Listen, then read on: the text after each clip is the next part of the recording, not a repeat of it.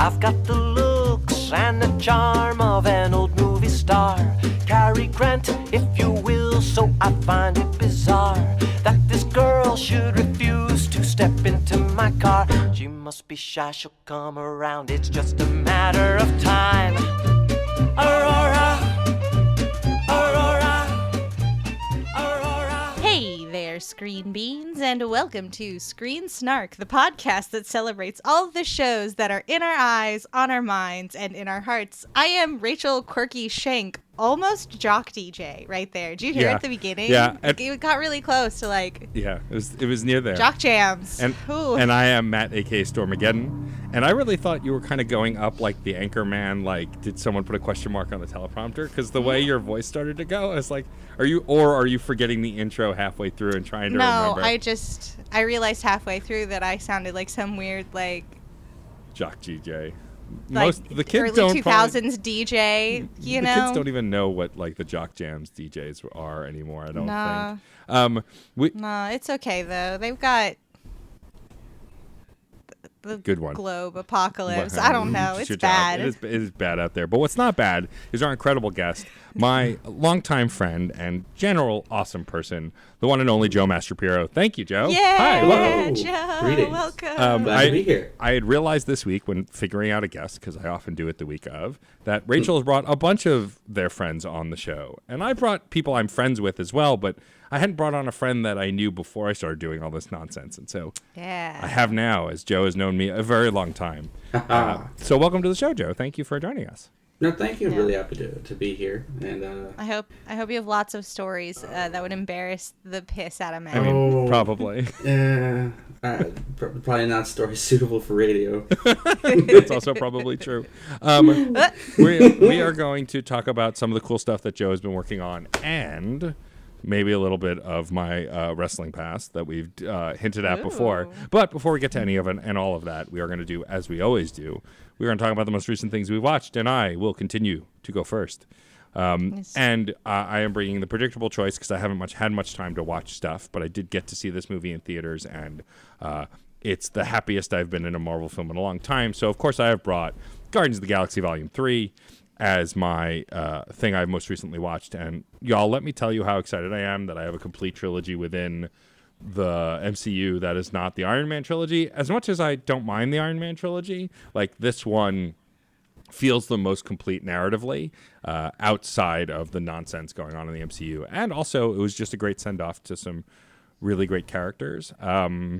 I should say also, and we should have said this at the top of the show, but I'm going to say it here because I'm just remembering, we here on Screen Snarks stand with the WGA, the bullshit that's happening, that they can't get a livable wage and that they have to strike with solidarity with them. And the striking is going on as of when we're recording, and hopefully it incites change because it's garbage and they deserve a living wage. Hell yeah. Yeah. Also, you can't just steal their stuff and put it on streaming and not pay them and give them SAG benefits. Yeah. You have to take care of your people if you're going to continue making money off of them in perpetuity. You have to keep giving them a kickback in perpetuity because without them, you wouldn't have a show. Yep. You wouldn't have a product. You're just going to have fucking Conan O'Brien spinning quarters on a desk all over again. Is that what you want? Yes. And if you don't know what we're talking about, please take to the internet and look it up because it's some important stuff that has to do with your entertainment. Also, treat yourself to some really great picket signs because who knew? Television and movie writers really good at writing picket signs. It's true. But yes, so Guardian of the Galaxy Volume 3, I know all three of us here have seen it. It's the thing I brought. Oh, is it? Excellent. Great. We're just going to roll on through. In all seriousness, might be my new favorite Marvel film for a lot of reasons.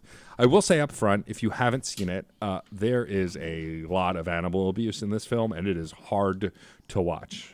My partner, Sarah, barely made it through the film. It was really hard on them. I endured it, but it wasn't easy. It's not like I think it was any better on me. I think maybe it just didn't bother me as much, but it was still really, really hard to watch. So I want to put that out there in advance because if that's the kind of stuff that is hard for you, you may want to wait till this comes to streaming or skip it altogether. But that said, in the service of the narrative, it was important, and I think they did it well. as weird as that is to say. But it's funny. I'm hesitant to talk a ton about the narrative because I think the narrative it's one of the best stories I think in the Guardians films, but for sure in the MCU as well. But it goes into Rocket's backstory, a character that I really like. It shows growth for every character within the Guardians of the Galaxy, except maybe Groot, although he had physical growth. So there's that. But like him as a character arc, I feel like maybe there's less of it in this film. But literally every other character on the team, including New Gamora, have like this arc, and everybody learns something, which is kind of neat. And it shows that James Gunn still really knows what he's doing. Well, I know I was a little concerned just because all the DC stuff, and this is his last Marvel film, and like he was fired and then hired again, and all that BS. And so, but I ended up really, really enjoying it, and I cried a lot during this movie. Oh my God, so much. Yes, tears were shed. Yeah, I already called bullshit that I mean, we've seen the clips on Twitter of Florence and the Machine crying to the end of the film, which I'm not going to say what happens, but a Florence song plays, and like, it's one of my favorite songs of all time, and a song that I cry listening to anyway. So I was like, this is a cheap shot. Like, they could be showing a black screen and I'd be crying. So like, Yeah. but I thought it was done really well, and I think that the whole cast is incredible, including the newcomers. But like, it's funny, Rachel. I feel like I know you like the Guardians films, but am I remembering correctly that you didn't love the second one? Is that correct? Or No, I you loved the second one. You do? Okay, I'm misremembering. No, I loved it. Okay. No. Maybe it was someone else, but I remember people taking issue with the second one for some reason. But I feel like the whole narrative is really strong. I think all the characters really get a lot to do in this. I mean, I would argue that I was disappointed with Mantis in the second movie only because she didn't get to do very much, but she gets to do so much more in this. So much here. Yeah. Ugh. But I just love every growth moment with every character, and to get to see characters also break outside their normal boxes that they were put in the first two movies. Also, the new characters that we get, like Cosmo, is just the best. I loved Cosmo in the video game. I love Cosmo in the comics. And also, a minor spoiler for a small arc within the film. If you really want to be completely unspoiled on this film, maybe skip ahead 20 minutes. But the bad dog arc is amazing. It's one of my favorite things in the whole film because it's the epitome of a good running gag that pays off. I mean, I don't feel like that's particularly spoilery. Yeah. Sorry, everybody who skipped ahead 20 minutes and then came back here to finish it and just realized that it was not that spoilery. We love you. We do. We care about you. Welcome back to the time that you left. Yeah. I don't know. I liked it. I thought it was good. Yeah, I think that the reason that it just felt so different and contained in a way, and I didn't get to watch the holiday special beforehand. I still haven't seen it. I need to watch it. Yes, you do. Okay. Yeah, I do, because I wondered about that, because I did watch the holiday special, and like some certain plot points are important in that holiday special that are brought up in the movie, and for me, as somebody who saw the holiday special, I found it slightly like weirdly expository and redundant. But I was like, maybe not everybody watched the holiday special, so like this information would be like, wait, they're what?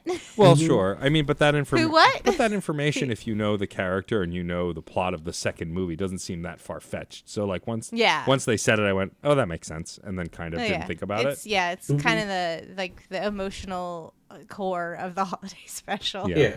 Minus all the kidnapping of Kevin Bacon. Yes. Yeah, my wife hadn't seen the holiday special yet either, but she picked up right away the plot point as well. So it was, But if you liked Cosmo, go back and watch the holiday special because Cosmo's there. Oh, amazing! I'll have to do that. I've been meaning to.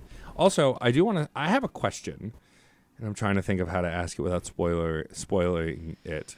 And this movie's only been out a few weeks of when we're recording, so I'm hesitant to spoil. There's a moment with Groot at the end of the film when everyone's talking. Oh, yeah.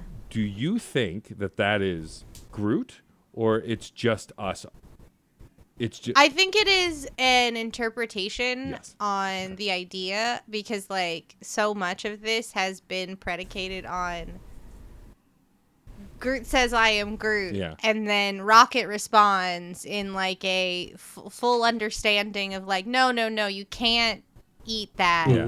piece of lint or whatever Right. Groot's gonna do." You know, I think it was just a way for our storytellers to like also include us Yes. Yeah. in on like that feeling of like when you understand Groot, Yeah. you understand Groot. You know. Yeah. Mhm. I think so too, and that was my That's what I that think. was my theory as well, but I wasn't sure. I don't know how spoilery that was Yeah. now that I think on it. Kind of spoilery, Oh. but yeah. I Hey, mean, people that came back, you're gonna have to skip ahead again. Sorry. exactly. Sorry. Yeah. with I the mean, I spoilers. didn't say what happens, but I did put a lot of like Yeah. context around it that you might be able to just infer. A spoiler for inference, I guess. I guess so. If you think about it. I also have to say that what was his name? I'm not remembering the actor's name now, but the actor who plays Will Poulter, who plays Adam Warlock, like. I know Adam Warlock is in the comics supposed to be this big bad deity and like kind of a badass the whole time, but this kind of newborn babe version of him was almost my favorite part of the film. Like he's just kind of a goofball, and I love a Yeah. good goofball. And like I don't know if we've all played or seen anything from the Guardians game, but I played the whole Guardians game, and it's separate from the films. It's its own story, but it's still kind of a ragtag team finding their footing. And Adam Warlock is in it, and like that version in the game also is kind of goofy in how he's presented, and I think that I prefer that. Like the deity characters are, I think, at their best when they're kind of goblins and weird and like just being kind of goofy. Yeah. They're so powerful, but they're no threat because they're just dinglings. Mm-hmm. Yeah, It's great. Do you think that when they were making the game that they got design notes from on high saying this is our plan for Adam Warlock? I don't think so, because all of the none of the characters act like the movie versions. I mean, there are some personality traits that are similar, but like for the most part, like the voice acting direction, like all the cast, it's different voice actors, and like the direction, it was very much, it seemed like they let them do their own thing. I mean, look, Rocket's still gonna sound kind of raspy, and Drax is gonna be a pain in the ass and be literal. Like that's all stuff from the comic books. You know, Star-Lord's gonna be overconfident, but I think that, I mean, if you liked this movie, I recommend you go play the game. Put it on easy, because the game mechanics themselves are garbage, but the writing is some of the best video game writing, kind of bar none, that I've seen. And like, if you liked the kind of message of found family throughout these three films, you will absolutely enjoy the game as well, because it's just another one of those kinds of stories, but portrayed in a different way. Awesome. And as a side note, ever since becoming a parent, I play all my games on easy now.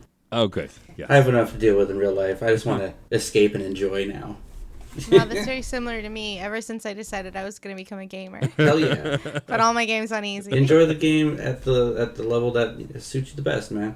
Yeah. Yeah, I'm not interested in making myself enraged No. at mechanics. No, that's I'm here what to be enthralled. That's what Nintendo's for. Exactly. Whew. Tears of the Kingdom. Oh my That's God. why I haven't watched anything. I've been playing Tears of the Kingdom. Same. Are you kidding me? Same. I'm probably getting it next month, so I'm trying to avoid as much as humanly possible. But it's difficult. Oh yeah, especially on Twitter. Like it's just Oh yeah. so many. But thankfully, the videos are mostly mechanical, but like Yeah. still, Yeah. it's- That's true. Very Look, I mechanical. glued this apple to a rock. Like no one I had. can't wait. There's As Matt can contest, I'm very big on fiddling with things. So, oh my god, I'm probably not gonna get maybe 5% of the way in the game and already be like 15 hours in just gluing things to things. Oh yeah. Yeah, it's what's funny about all of that is like we've all agreed to not share any of the cutscenes, which are great and beautiful and voice acted and all of that. But like, there's kind of been this unanimous agreement that no one's sharing any of that. Everyone's just sharing the bullshit we're putting Link through, and I think that's very funny. look at this wild wagon I built for my horse. Just stick all these rockets on this Korok. I turned my glider into a shield. Yeah, Oh, exactly. man, that's awesome. It's funny. I think that one of the major reasons I really love this film also is I feel like the characters the characters that get to have an arc also are taken way more seriously in a way that they just weren't before. I mean, I think about Chris Pratt, who I'll take or leave at this point. But I thought, like, I was worried, like, after a lot of the stuff that we've heard about him recently and just how kind of cocky he's been and the action hero he's been, I was worried that coming back to this character in this film would be obnoxious or I wouldn't really enjoy it. But he really does a great job. And also, I love that he's never really Star-Lord in this film. He's kind of Peter Quill the whole time. Like, he never wears the helmet. He's allowed to be emotional. Like, that one scene where he cries out, like, I was crying. Like, I was really impressed. As someone who has not really loved Chris Pratt's work a ton lately, although I didn't mind the Mario movie, I thought that he really did a great job here. And if he were to come back as Star-Lord in future stuff, I wouldn't be upset because I think he does a good job. But like, I think that Sean Gunn is an underrated all-star in this. Like, the Kraglin stuff was just fun. And then Karen Gillan, I think, arguably one of the other main characters of this film, and just like I've been watching Karen Gillan since the Doctor Who days, and like, she's great, but like, she was kind of a one-note character through a lot of the Guardians films, but in this one she really gets to do a lot, and it was kind of really cool. Also, yeah, it's kind of sad that like the best parts of her character growth leading up to this occur in like the other movies, the Avenger movies and stuff. Yeah, where it's just like yeah. But like, also that, like, getting to see her powers in real time and like her repair herself during fights, it's so awful in the best way. Like, yeah, the special effects in this film also some of the best, I think, in the entire MCU. It didn't feel like there was a lot of physical props. There were a lot of physical costumes. Mm-hmm. The big red room with the big dais in the middle, real set. Really? All those like red square. Yeah, there was some like behind the scenes something where the guy who plays the High Evolutionary is like pretending to be a DJ and all like the extras are like dancing, and I was like, that's a real fucking set. That's real. That's awesome. And I could feel it, you know? And I'm going to ruin his name, but I'm going to try my best. Chukwudi Iwuji, who played the High Evolutionary. I mean, terrifying. Like, kind of best villain. The kind of acting that, ever. like, if I ever saw him on the street, I might avoid him kind of acting. Like, when you see really, truly great villains, he's so good. And, like, the art, even though we knew where everything was going, I think the way they executed Rocket's origin. Well, I mean, Rocket's arguably been the main character, right? Like, it's Peter's story, but it's also always been Rocket's story, and they always hinted at his background. But to get to see it was some of the most awful but important and incredible storytelling I think I've ever seen. Right. Yeah, and I would say that the way that we have slowly peeled back the layers of Rocket has now made this whole franchise entirely, like, cyclical and rewatchable, because I feel like every time you get back to the beginning, you know this information about Rocket. Yeah. And it's just like, that's going to inform every choice. It like retroactively adds to everything. Like, Yeah.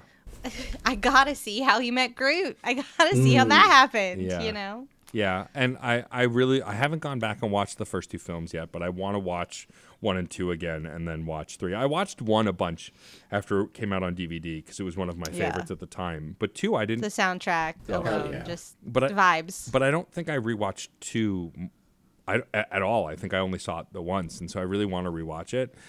But that said, I'll let you bring up the soundtrack. The soundtrack in this film, as flawless as the previous films, I think in strength order, I would actually say 3, then 1, then 2. 2 has a good soundtrack, but I think 1 is kind of iconic because of the set piece moments.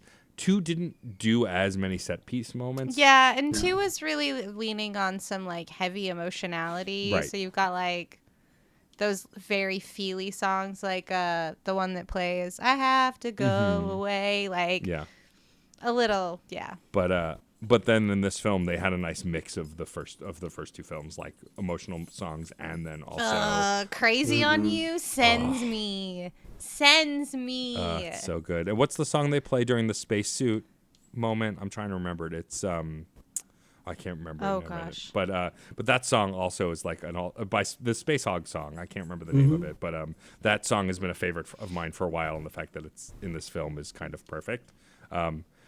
Yeah, and then the cameos are great. You know, I always love watching Nathan Fillion be a douchebag, and he's very good at it.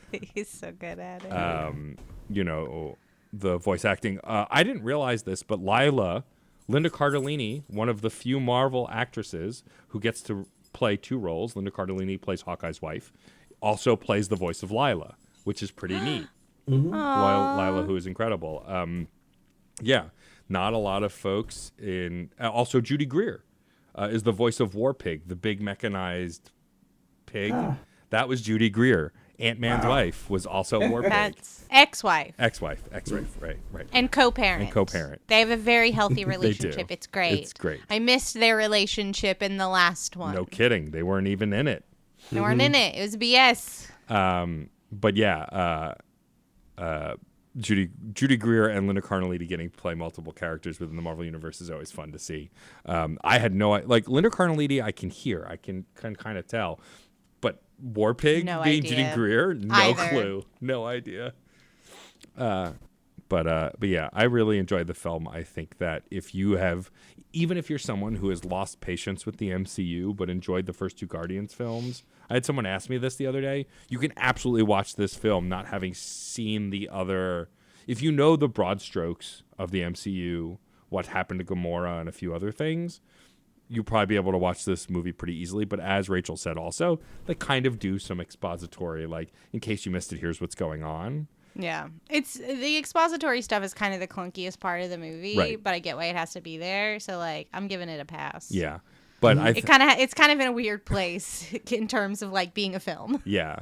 But I think it's a really good film, and it's just fun to like I would buy a trilogy box set of this. Like, I just think Ooh, it would come in a nice box. Yeah, I don't think there is any other Marvel trilogy that I feel that way about. Like, I like Thor 1 and 3.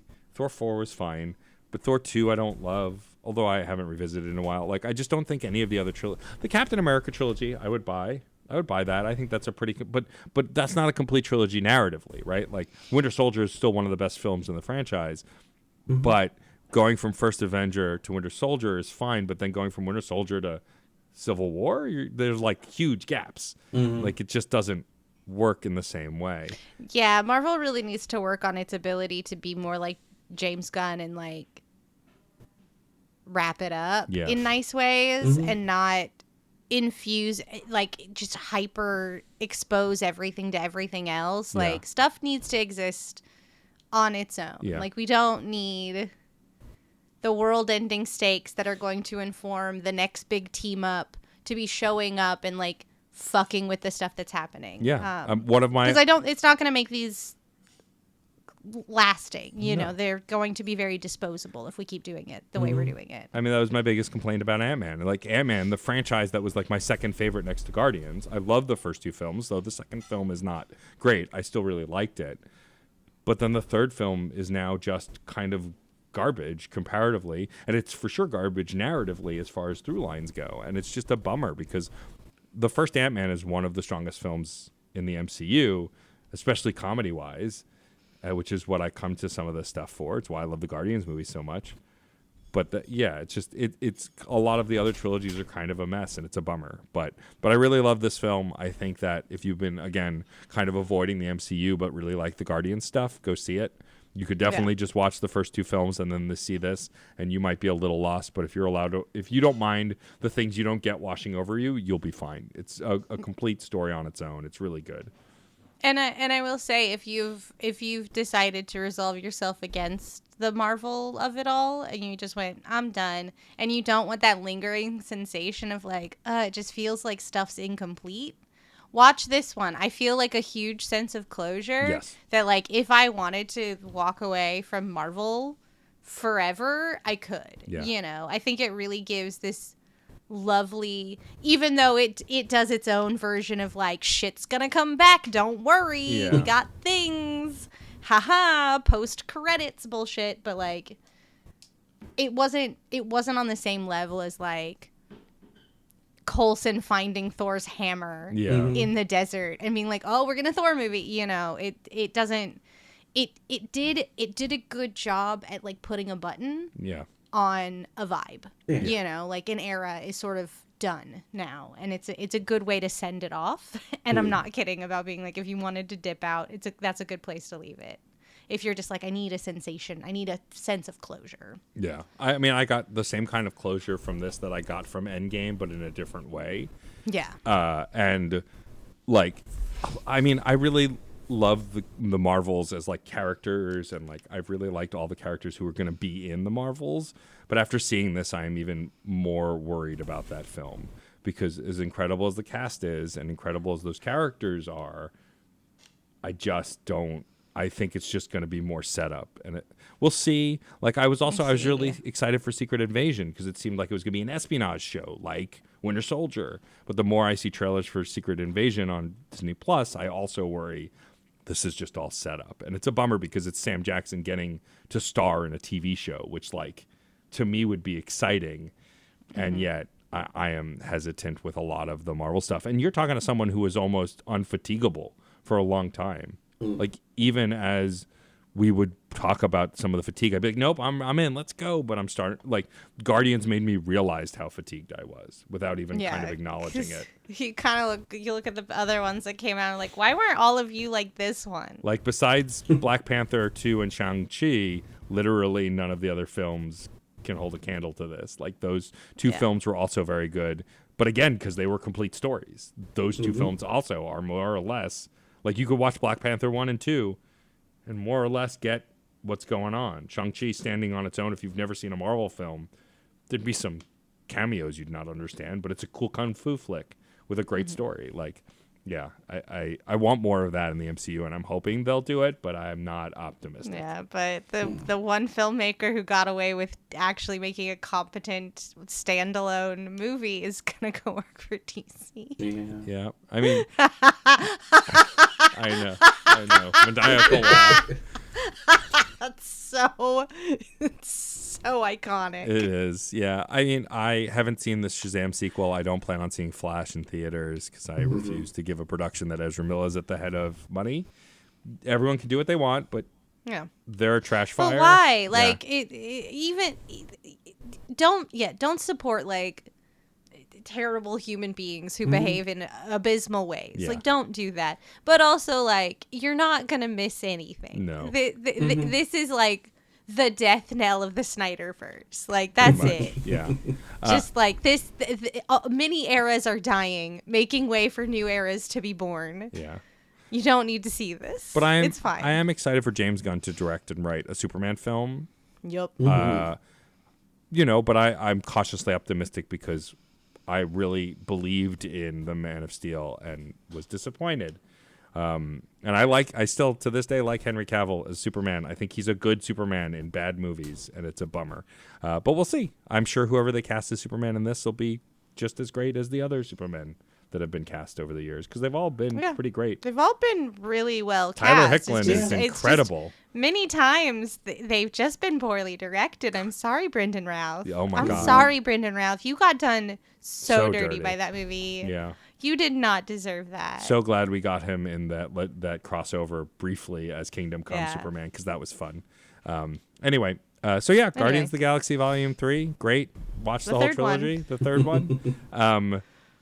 Rachel, since I know that's what you brought also, do you have any other points you'd like to make? Yeah. Hit me with this one made my fatigue hurt less. Okay. So that was good. Yes. Because I was really low. My partner was very excited to see this Guardians movie. It's like, oh, I'm so excited that we're going to go see a good one. And I knew it was going to be a good one, but I struggled so hard to believe that it was going to be a good one that I like drug my feet all the way to the theater. And I was very pleasantly surprised to be joyful. Yeah. So it's a joyful film, even in its deep melancholy, because it is about transcending the bullshit your parents do. Yeah. And finding your own shit. And I kind of needed that a bit personally. So it did a lot for me. My cat has arrived. It's a guest appearance by Champion Speaking the cat. of found families, my cat. He loves me. I have my enough door of me. closed, locked, and barred to keep my cat out. Oh gosh. I can't keep him away from me. I love him. He's allowed to interrupt. He's a No, problem. I agree. Like, I was excited to see it just because I saw it like 4 days after it came out. I saw it the Sunday, and so like there'd already been some buzz online about how great it was, and like friends I trust, previous guests of the show, Ken Shepard and Jesse Vitelli went to see it together, and like without spoiling it, they were just very excited about it.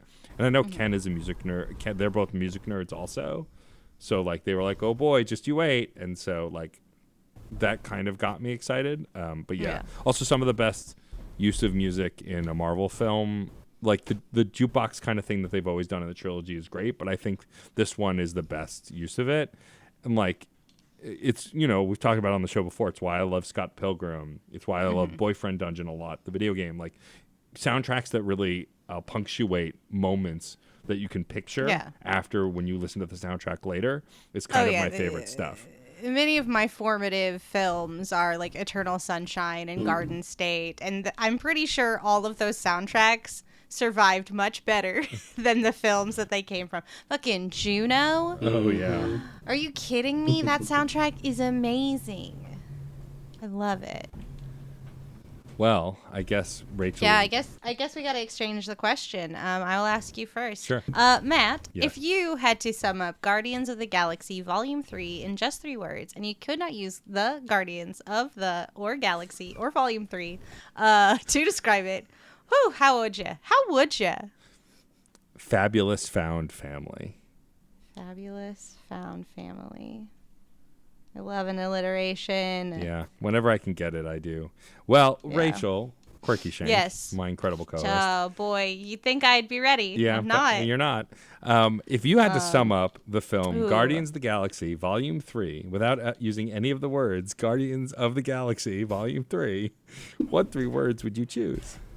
Awesome mix evolved. Yeah. Oh, Nice. that's good. Because I it got does. chills. Because it like Yeah. the music grows. It the does. music like goes through eras. Yeah. Which takes us into like the, you know, you get it. Yeah. You get it. There's really no way to talk about my favorite part of this film without major spoilers, and it bums me out. But like, come find me on Twitter if you want to Ooh, know. I got another all my one. I got thoughts. another Oh, one. you got another one? I'm a creep. Yeah, I'm a creep. Good. Oh man. Let's be friends. That's not the line that they No, say, no, but no. I didn't want to say the line that they say. No, yeah, we can't. That's like the Bobby M sleep levels of bullshit. Yeah. Well, since we had a twofer for the hosts, we can move on to our incredible guests. I'm so excited. Joe, What'd you see? good. What is the most recent thing that you have watched that you have brought to the show? Oh, for a little while I was going back and forth and thinking about whether or not I should also talk about Guardians of the Galaxy Volume 3, but I decided to go against the grain in that regard, and I hope this is allowed, but I do a lot of my media consumption through things like YouTube Sure. and various streaming services and stuff, Yep. and Absolutely. I'm a We big love fan. YouTube here. Hell yeah. I wanted to get into like watching actual plays of D&D games, and I would love to watch something like Critical Role, but the fact that it's like hundreds of episodes that are all many hours long, I don't have that kind of time anymore. But I found my way over to Dimension 20. Oh, nice. Which is a bit more short form. Most of the D&D actual plays they do there last about 15 to 20 2-hour-long episodes, and recently they wrapped up their horror-themed campaign called Dimension 20 Never After, which it stars a cast of characters that you would know from fairy tales and fables. One character is playing Pinocchio, another is playing Little Red Riding Hood, Brendan Lee Mulligan, the person who designed Love the world. Brendan Lee Mulligan. Oh yeah. I mostly only know him from TikTok, but he's always funny on TikTok. So Oh yeah. Oh, you gotta watch him on Game Changer. I love There's him on one Game episode Changer. where they have a lie detector. It's great. Oh man, and he's an incredibly competitive person outside of D&D. one of my favorite Game Changer episodes of them was one where they lose points or they don't get points if their blood pressure goes over a certain base limit, and they design a portion of the game specifically to make sure he answers questions wrong, and it's perceived that his contestants are gaining many points. So his blood is literally boiling the whole time. He's just like trying to calm himself down, and it's just fun to watch people mess with him. Yeah. So he crafted this world where basically every fable and fairy tale and myth and legend have all been combined kind of in this multiverse where they all exist. And while originally, and he does this a lot with a lot of his games, they'll have a baseline idea where let's take fairy tales and make them more like they used to be, and we'll make it all super scary and creepy. And on surface level, that's what it's about. But as you get more and more involved with it, and you get more episodes in, you realize that the whole idea is the idea of agency, and how everybody should have it, and how terrible it is when people are denied it, and what that can do to a person. So all of his worlds tend to have a much deeper through line, and then it's also just dotted here and there with lots of great humor and very, very meaningful storytelling. And I've just really been enjoying seeing this world kind of fall apart in a good way. I don't know how many people here watch Dimension 20 or not. I don't want to give too many spoilers or anything like that. But like you get to see how a world needs to be broken in order to be remade better, and to be remade in the way that it should have been in the first place, and how every character deserves an equal voice. And like one of the like, to not to spoil too much, but one of the most important things that happened to cause this great calamity in this never after world is just one of the characters realizing that they don't even have a name. They're just called the person in the story, and that bothered them so much that they basically, ripped reality asunder and, caused the world to start falling apart because it wasn't fair to them. And the group of characters realizing that it's correct, and how to fix it, but also sustain the world in a meaningful way. That sounds awesome. It's So funny, like cool. I struggle watching actual plays for a lot of reasons. Like Adventure Zone, I tried many times, but to start from the beginning is so hard, especially since the early episodes are like they haven't found the shtick yet, right? They're still figuring it out, and so the early episodes are a little rough. But also, looking at the however many hundreds of episodes ahead of you, it's like I barely have time to listen to podcasts I like that I have a backlog of 3 episodes, and so like I'm so hesitant. And also for me, I have trouble holding the actual play has trouble holding my attention. I love being a part of it. We've done a few Mass Effect actual plays for Reignite, and like I've been a part of Scruffy Nerf Herders. Rachel and I both have, and like that's been fun. And I know Rachel does some of actual play stuff now with Amateurs Productions. Too, I do with Amateurs Productions and A Tale of D20s. And Nice. Who also make one of the newest podcasts on the network. And it's all cool. I think it's all really cool, but I can't get into it. Is this show Dimension 20? Is the narrative a lot stronger? Is there still a lot of D&D nitty gritty? I'm curious. Okay, so in these stories, it's definitely a lot of the crunch is not really spoken about, and it's definitely a lot more story and narrative driven. I think in the 20 episodes there was maybe 5 or 6 combats. Okay. But dice are still rolled. It still feels like they're playing D&D, absolutely. Sure. Another thing is, because they have a bit of a backing, they tend to have a bit more production value. So their maps are almost set pieces, and all their minifigures, they have a design team to make them. And they have minis, but they also have maxis. So whenever there's a particularly large set piece or character that has this beautiful display, and the really cool thing is at the very end of each season, they put them up for auction so they can donate all the profits to charities. Oh wow, that's amazing. But yeah, it definitely feels a little bit more like a show than other actual plays tend to on Dimension 20. And I think that's because they lean more into the production. They lean more into the show aspect of it. But because of that, you also lose that kind of feeling of just a bunch of people sitting around a table playing D&D. So it really depends on what you're looking for. It sounds like you would probably be more into this sort than something like Critical Role. Right. Yeah, I mean, I tried watching Critical Role. I couldn't get into it. Yeah, I just stuck with Vox Machina, the animated show. Yeah. Yeah, you didn't need really to know much about the world in order to enjoy it. Okay, so that's good to know. Mm-hmm. Well, Joe, so this was Dimension 20 Never After. Never After. Mm-hmm. If you had to sum up Dimension 20 Never After in just 3 words, and you couldn't use any of those words I just said, what 3 words would you choose? So I've had a little time to think about this. So I have decided that my 3 words would be choices beget consequences. I like that. Ooh. Very well done. Very Well, you I was like, oh crap! you're talking to you guys. I was like, oh, shit, I gotta have my 3 words. I gotta have my 3 words. Wow, that 3 review art. Art. Yep. Art. It's a art. It's an art. I will never not. No, it's not.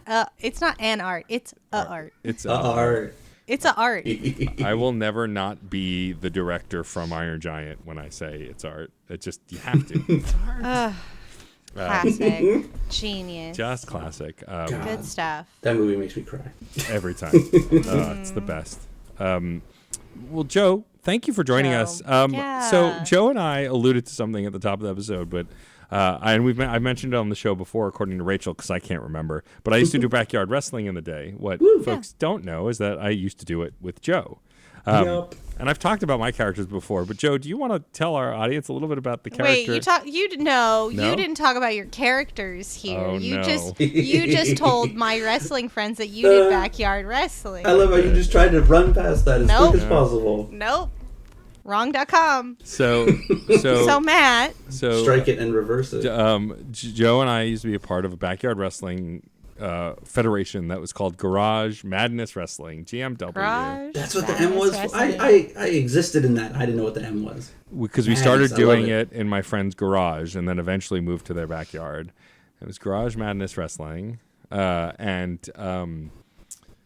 I had several characters. I started as Spike, who was a kind of Mick Foley style, like I wore grungy clothes and like had a spiked baseball cap. You know those screw-on spikes that you could put in baseball caps when we were all growing up? Like I had a bunch of those and carried a baseball bat. And then I evolved into Master, who was a take on the Last Ride Undertaker, like rocker with a trench coat and a guitar. And then my last character, which was my favorite, was pretty much the Undertaker. I wrestled as Lestat. I wore like a mesh shirt and came out with like my hair in front of my face and jeans. Yes, and I would wrestling. Do, and I would so do, gay. So it's so gay. It's so gay. Come on. And then I would my finishers, I believe, as Lestat was the big boot and the choke slam. And so, but Joe's character. So Joe wrestled as the Flying Frenchman. And was one of our high flyers. Boy. Yes. I was a very big fan of Monty Python. I still am.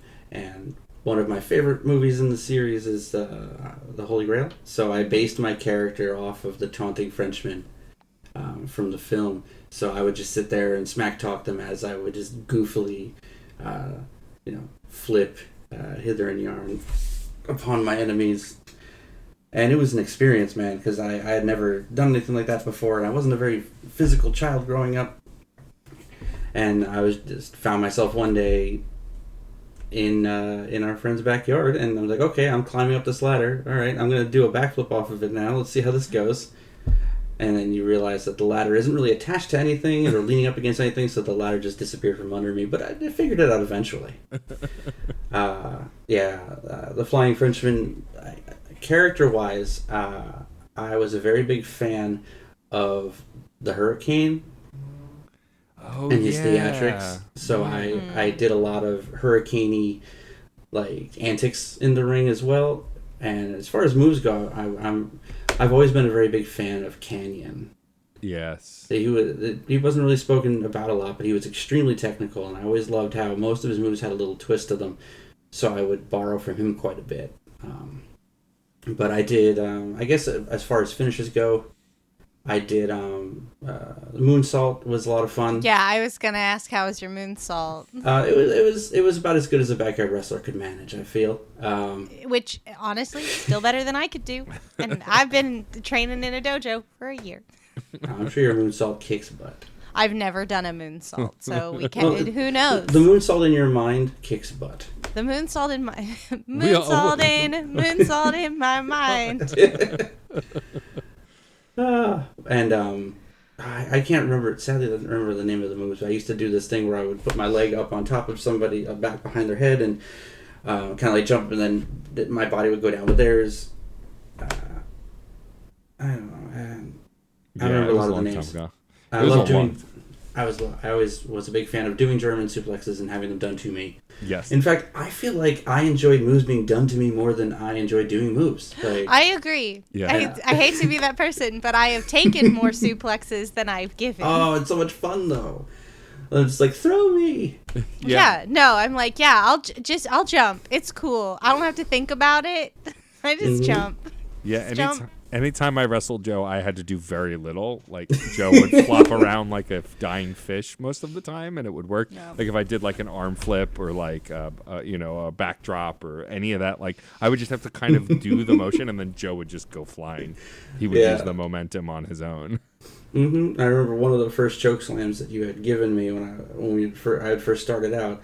I've always been very enthusiastic, and you're very tall. Yeah. I don't know if you know this. Yes, I'm aware. Matt has always been tall, and I Matt born tall. I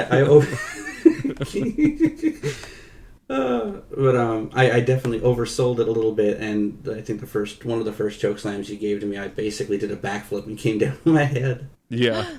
Oh, yeah. It was fun. I think I only ever passed out once. Yeah, we did some dumb stuff, and yet literally no one got seriously injured at any point, which is a miracle.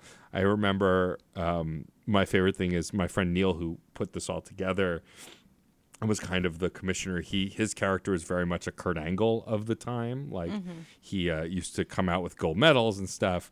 He was the real deal. Whenever I would choke, so Joe did the choke slam where like I would lift him and Joe would just kind of fly into the air as if there were no gravity. Neil would do this thing where like he would put his arm on my shoulder so I could get him higher, and then he would lift his hands and like flail, like like the cowardly flail that some wrestlers do in the choke slam. He would always do that, and then I would throw him down, which was some of my favorite stuff to do. I don't know how none of us got injured, but we didn't. And we used chairs and garbage cans and the stupid stuff you use as a backyard wrestler. And none of us had training either. Excuse me, those are all things that regular wrestlers also use. So it's true. Oh, good. It's so good. We were inadvertently doing the right thing from the get-go. A trash can? Yes. Seen it. Lots of different ways. Ladders? Yes. Tables? I don't think I've seen one MV Young match where a door has not occurred. Fair enough. Man. And it was that good aluminum garbage can too that makes that nice clang the sound. crunch. Yeah. It's all about the sound. I would say that honestly it was because even though we were just teenagers goofing off, we had really good communication. Yeah. Like whenever we would do our little performance, we would always be communicating what was happening next, and we kind of in that regard, so we had an idea of what was coming. Yeah. I mean, we were big wrestling nerds at the time, and we knew wrestling was quote unquote fake, whatever. Like we knew that it was sports entertainment. We knew that communication was important. We knew, like, This was it's a partner dance. right. Exactly. And like we knew that pretty early because we were such wrestling nerds, and so we really insisted on it. And like we videotaped a lot of this. I don't think I have any of those VHSs anymore. I wonder if my friend Neil still does. He must. But like I won the title at one point. I don't know if you ever won the title, Joe. I feel like I think like there was like I don't know if there was like a secondary title that there I was, might have, I think, or a tag title maybe. Yeah, I think I might have had a tag title with Brian. Yes, yeah, because our friend Brian wrestled under the name Ravenous. Yeah, he was the other high flyer. And Cool. he came out to a Nightwish song. It was very epic. Yeah. I wonder. Let's see. Can I remember all of my entrance music? So, to as Master, the kind of rocker character, I came out to "I Disappear" by Metallica from Mission Impossible 2, which is a great, terrible song. As Lestat, I came out to "Slept So Long" by Orgy, which is from the not Interview with the Vampire, the other one, Queen of the Damned soundtrack. Queen of the Damned. Okay. So like I was really on the nose with that one. I don't remember what my entrance music was as Spike though. That's okay. Yeah. This is why, as a wrestler, I already take lots of notes about what's gone on. So in as my career. as you get more blows to the head, you remember things. Yeah, so I can just look back and go, okay, so in January, I was in the Rager. Okay, cool. I lost. Love that for me. Just got to start it now because I think that's just kind of how you do it, where it's like, yeah, here's my history. So commentary can be like, here's their history. It's great. God, it feels like it was yesterday, and yet it was so long ago. Also, it's very weird. Yeah, right. Time is very strange. Time is a lake. Time is a lake. It's true. We're all just swimming in it. If it helps, I was at wrestling training yesterday, and it feels like 1,000 years ago. And whenever I get the urge, I just pick my son up and powerbomb him onto his bed. There you go. I'm sure he loves it too. One of the first things I taught my son was how to properly take a hip toss. Amazing. He was like 4. And I spent like now 3 he's hours. 35. No, I'm kidding. Oh God, basically. He acts like it. Yeah. But like I spent like 3.5 hours that day just hip tossing him. Yeah. Over and over and over and over. That's so fun. That's so fun. Mm-hmm. Yeah, it's cute. Also, Look up, tuck your chin. Something else that Joe has done for me and our group of friends for a long time has been a DM as well as a D&D player. We're currently in a Curse of Strahd game that Joe is running, which has been a lot of fun. And my favorite thing about Joe as a DM is that often Joe knows that I love playing D&D, but the crunch I am not great with. I'm better now. I'm much better now. Like I know how to make a basic character, but like if I want to do something unique, I don't understand the crunch. And so at one point I asked him and our friend Brian, so what if I were to make Trevor, it was just after the Castlevania anime had come out, and I was like, what if I made Trevor Belmont, but like I want to fight with a whip? And Joe, true to his word, absolutely helped me make that character as a, Hell yeah. what is it, Oath of something Paladin. Oath of Vengeance Paladin. Oath of Vengeance Paladin with a whip, and it's the coolest shit. And I'm really great. I feel like over the years, Joe, you've always been that way, though, right? You've kind of always been a nurturing DM. You've never really been a rules lawyer when it comes to playing. Yeah, I mean, I would much. So for me, DMing has always been about just collaborative storytelling. Mm-hmm. Like I kind of make a little world, or I design a space with some narrative choices, and I allow the players to make those choices or not make them. And I don't want to be the type of DM that has a world that is immutable. I want to make sure that it lives and breathes and grows with everybody, so everybody feels a part of it. And that's another agency is very important to me. I want to make sure that everybody feels like they have an equal amount of say and an equal amount of story. So, I wouldn't want to kind of hinder a person, and just because somebody isn't too keen on the nitty gritty, that's where a DM should be able to shine and be able to help and be able to kind of guide a person, and they'll pick that stuff up over time. But if you have a new player who's not really feeling it, and you just kind of beat them over the head with rules, that's just a way to scare a new player away. And you don't want that. You want people to be able to feel like they can be a part of it and enjoy it and explore it with you. And that's always been how I am. Joe's a great storyteller, but also I think the only thing I love more than Joe as a DM is Joe as a player, because Joe will make the most ridiculous characters, and yet you will still care for them. Would you want to tell our listeners the character you're playing in the Egyptian theme game that we're playing with our friend Chris is running? Absolutely. So in our Egyptian themed game, I am playing Detective Meowskowitz, the detective bard. Oh, good. He is actually just a cat who found himself under the possession of the ghost of the world's greatest detective, which lives inside of like a Sherlock Holmes style hat that ended up on his head, and through one reason or another ended up becoming the leader of this band of treasure hunters called the Pharaoh Wardens. And now we are off on this chase to find this weapon of mass destruction to finance our restaurant. All actual Perfect. stuff. I love that. Yes, YES.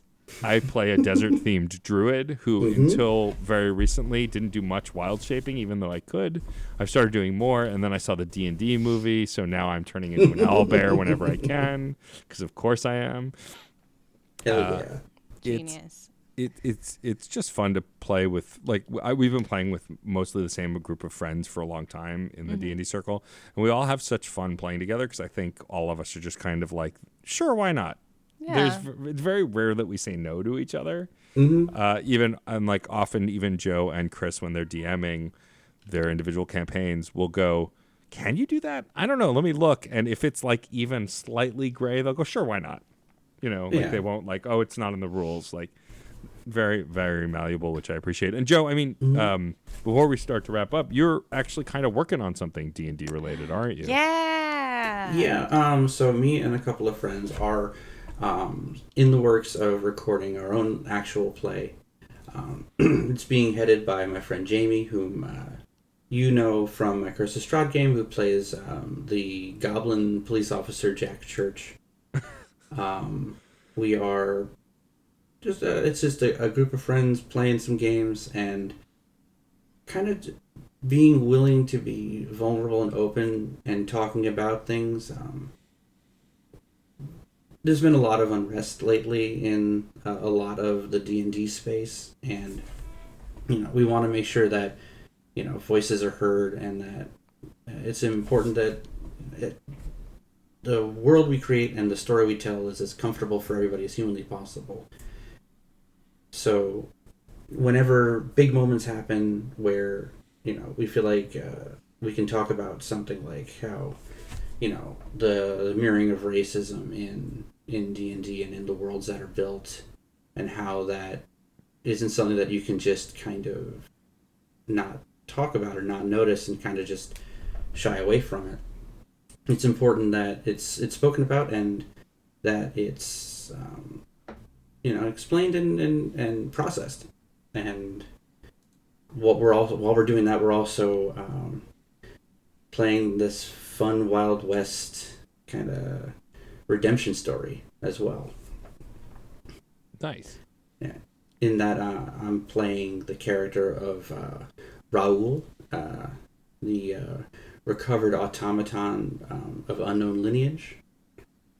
And he is it's not in Dungeons and Dragons, we're playing in Pathfinder 2.0. Yeah, we're playing in amateurish in Pathfinder. I'm an automaton chaos sorcerer. So, nice. Yeah.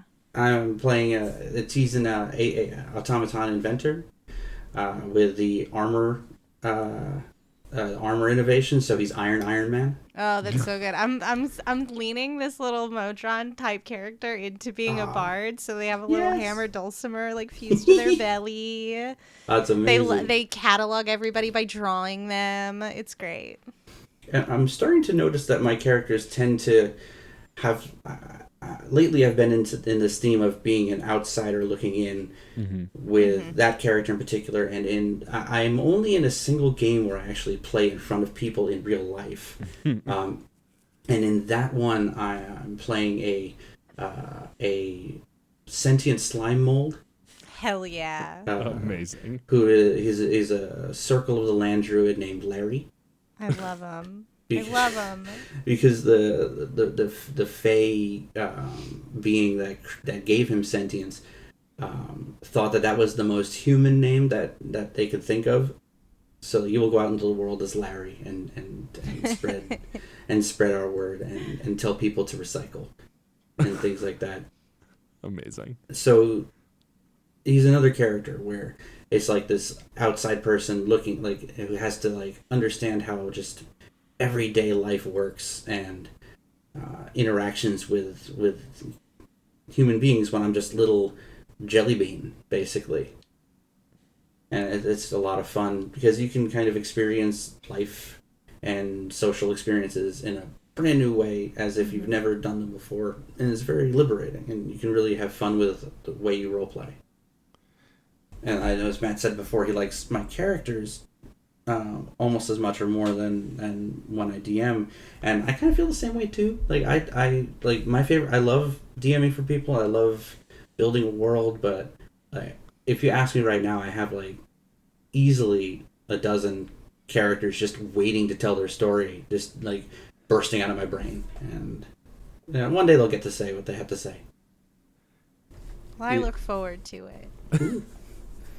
It's so cool. I love playing D&D with you. I love playing D&D with our friends. I miss doing it in person, but like there's just something about like, again, we never say no, right? For the most part, we kind of can do anything, and I think that's the best way to play D&D.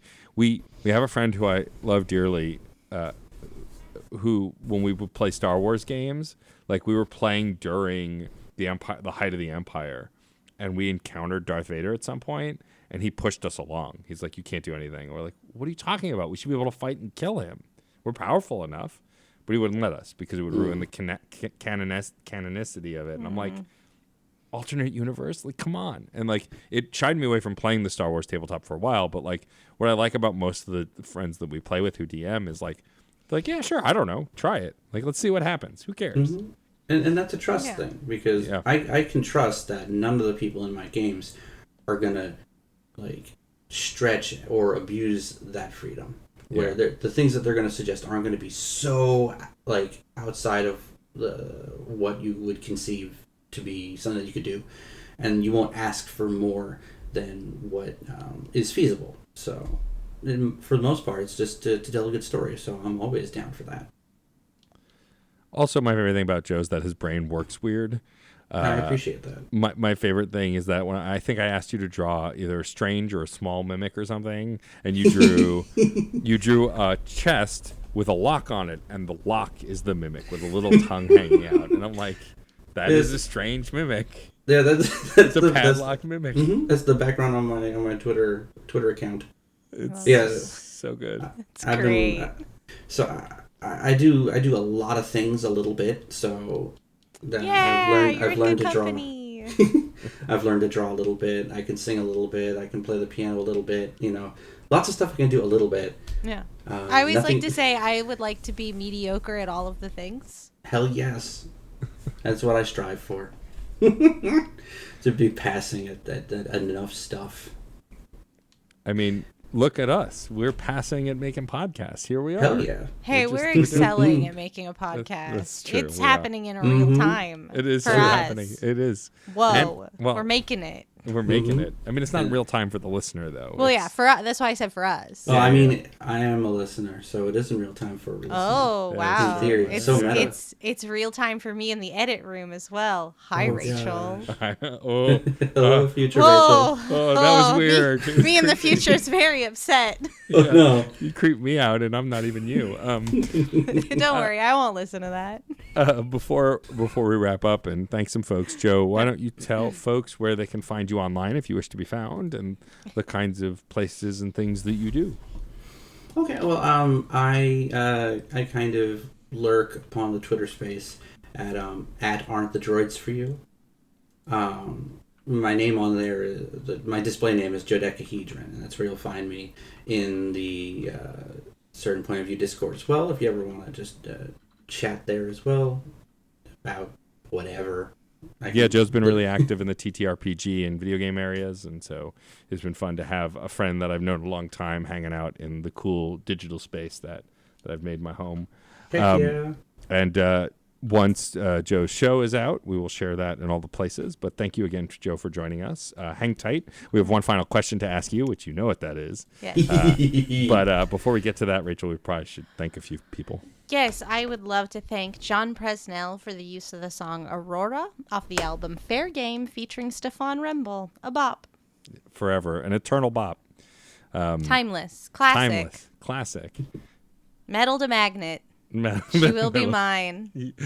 And I would like to thank the incredible Katie Bug, who designed our awesome show art for the podcast itself. Which is a time capsule. It is a time capsule of a previous look for both of us. Although I've gotten back to the clean-shaven look, and you've gravitated towards the pink again. So, like, we're ebbing and flowing around that look. We're swirling around that aesthetic. Yeah. And then, of course, I would also like to thank the incredible Case Aiken. No, who designs the individual episode show art.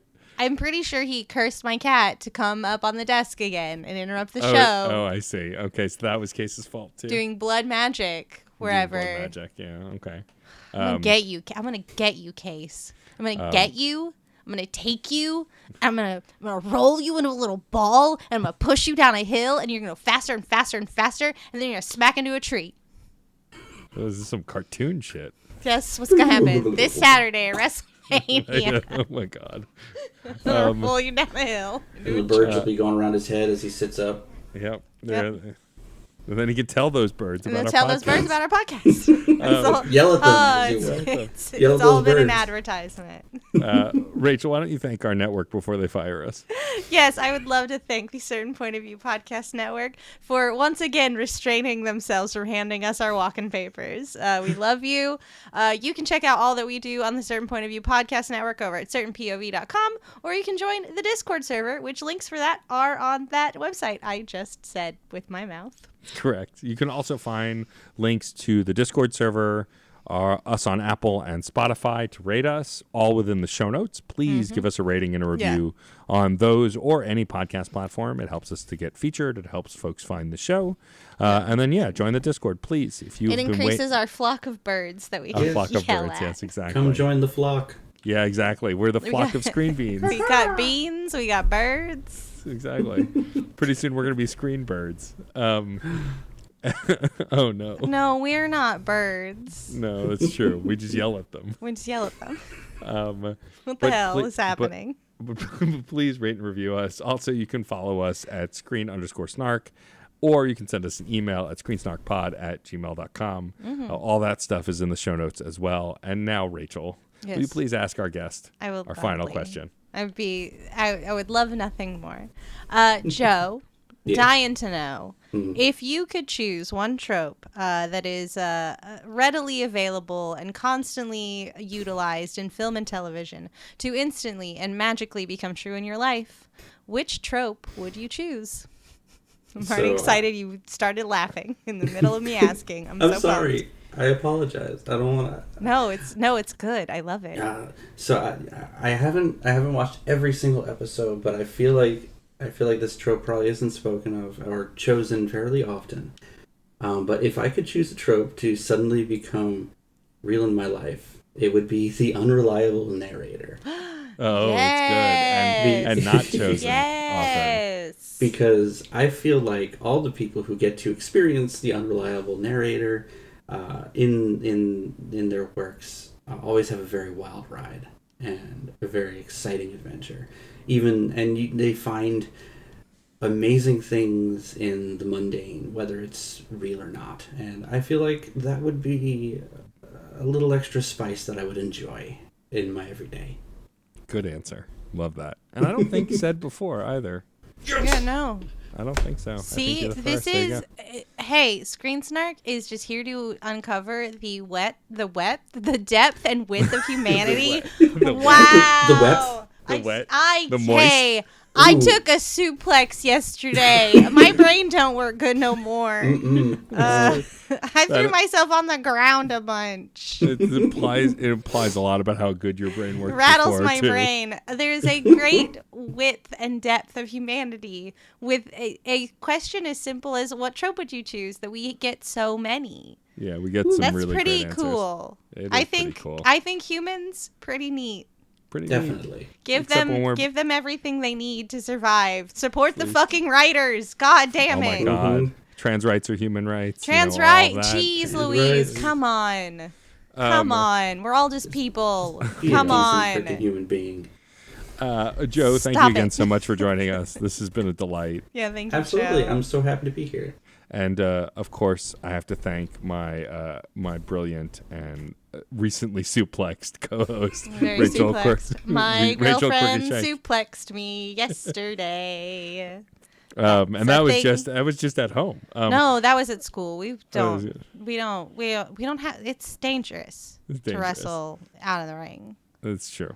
But yeah, thank Rachel. I think I got through it, but I don't know that the listeners heard it. But anyway, yeah, you've been Yeah, thanked. there's so many things. Thank you. I love you. And I would like to thank my awesome Mix Evolved co-host, Matt, a.k.a. Stormageddon. Another good one. I Yeah. like that one. Banner As one. a music nerd, I feel like it works. And Yeah. I would like to thank all of you, our incredible listeners, for we would have no show without you and we'd just be yelling at birds.